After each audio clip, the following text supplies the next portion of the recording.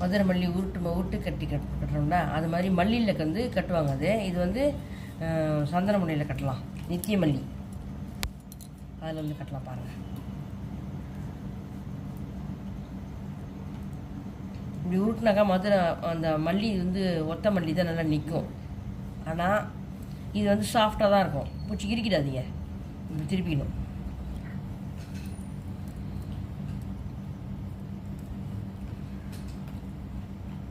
நல்லா பாருங்கள். என்ன வந்துடுவேன், கட்டி முடிச்சாச்சு. இது பார்த்தாக்கா எப்படி அடுக்கடுக்காக இருக்கும். இது கொண்டை போட்டு வச்சாக்கா அவங்களுக்கு கரெக்டாக இருக்கும். பாருங்கள், ரெண்டு அடுக்கா, இந்த பக்கம் 2 அந்த பக்கம் 2 அப்படி வரும். நார்மலாக கட்டுறது தான், அப்படி திருப்பி கட்டணும். அதுதான், அவ்வளோதான்.